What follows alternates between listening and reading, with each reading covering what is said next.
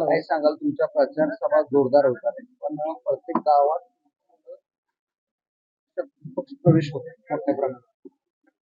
खर तर मी आज आपल्याला सांगू इच्छितो की आम्ही 2 दिवस भारतीय जनता पार्टीने जिल्ह्यामध्ये प्रचार बंद केला होता. जी दुःखद घटना महाराष्ट्रामध्ये घडली त्या दुःखद घटनेमुळे आम्ही 2 दिवस प्रचार देखील थांबवला होता. आमच्या आदरणीय मुख्यमंत्र्यांनी असा निरोप सगळ्या भारतीय जनता पार्टीच्या जिल्हाध्यक्षांना दिलेला आहे की कुठलीही सभा जिल्हा परिषदेच्या निवडणुकीच्या निमित्तानं आमचे आदरणीय मुख्यमंत्री साहेब घेणार नाहीत. त्यांना व्यक्तिगत देखील खूप मोठं दुःख झालेलं आहे आणि त्यांना एक जवळचा सहकारी गमावल्याबद्दलचं दुःख असल्यामुळे मुख्यमंत्र्यांच्या सभा आपल्या जिल्ह्यात देखील ज्या 2 होणार होत्या त्या आता होणार नाहीत.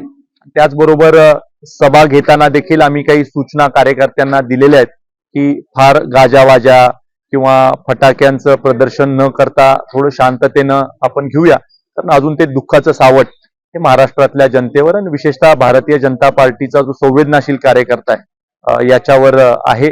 मी आज खऱ्या अर्थानं समाधान व्यक्त करतो की महाराष्ट्राला पहिल्या महिला उपमुख्यमंत्री आदरणीय सुनेत्राताईंच्या रूपानं मिळाल्या. निश्चित स्वरूपी त्यांच्या माध्यमातून देवाभाऊंच्या नेतृत्वाखाली चांगल्या पद्धतीचं काम देखील त्यांच्याकडून होईल अशी अपेक्षा कराड दक्षिण विधानसभा मतदारसंघाचा लोकप्रतिनिधी म्हणून मी करतो.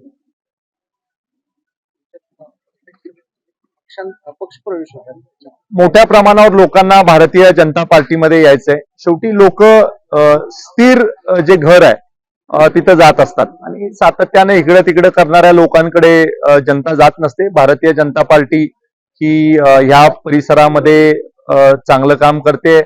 विधानसभेपासून लोक भारतीय जनता पार्टी बरोबर आहेत आणि आता या निवडणुकीमध्ये पूर्णपणे हा मतदारसंघ भारतीय जनता पार्टीमय झालेलं चित्र तुम्हाला येणाऱ्या 9 तारखेला दिसेल.